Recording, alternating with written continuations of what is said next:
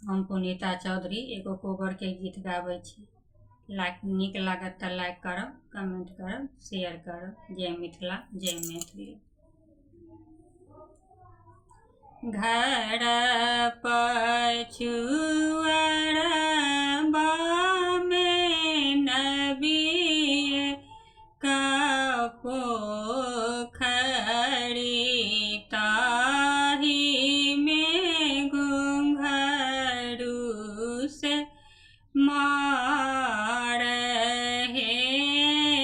ताही पैसी नहगे लनी दुल्हा रामचंद्र दुल्हा मारी ले लाड़हुआ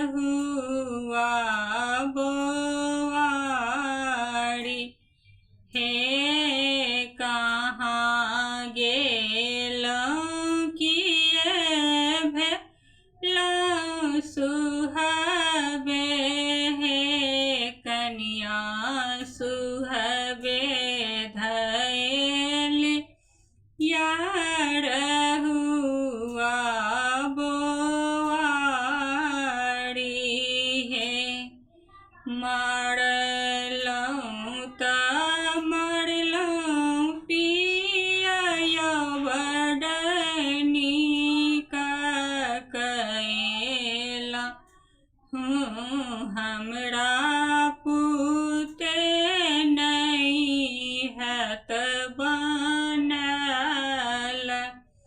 हे मारलौं तऽ मरलौं पिया बड़ नीक कएला, हमरा पुते नहीं हैत बनल। हे एतबा बचन जब सुनला नी रामचंद्र दुल्हा चली भेल नी घोड़ा पिठिया सवार। हे घर सँ बाहर भेल सुहबे से कनिया सुहबे धैल घोड़ा के लगाम।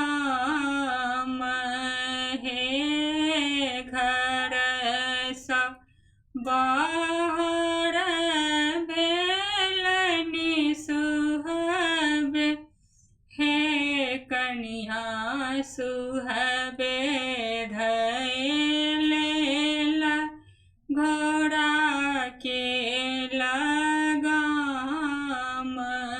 हे नहिरा में छ अपने तऽ जाइ छी पिया देश रे विदेशबा, हमरो के कहाँ छोड़ने जाई।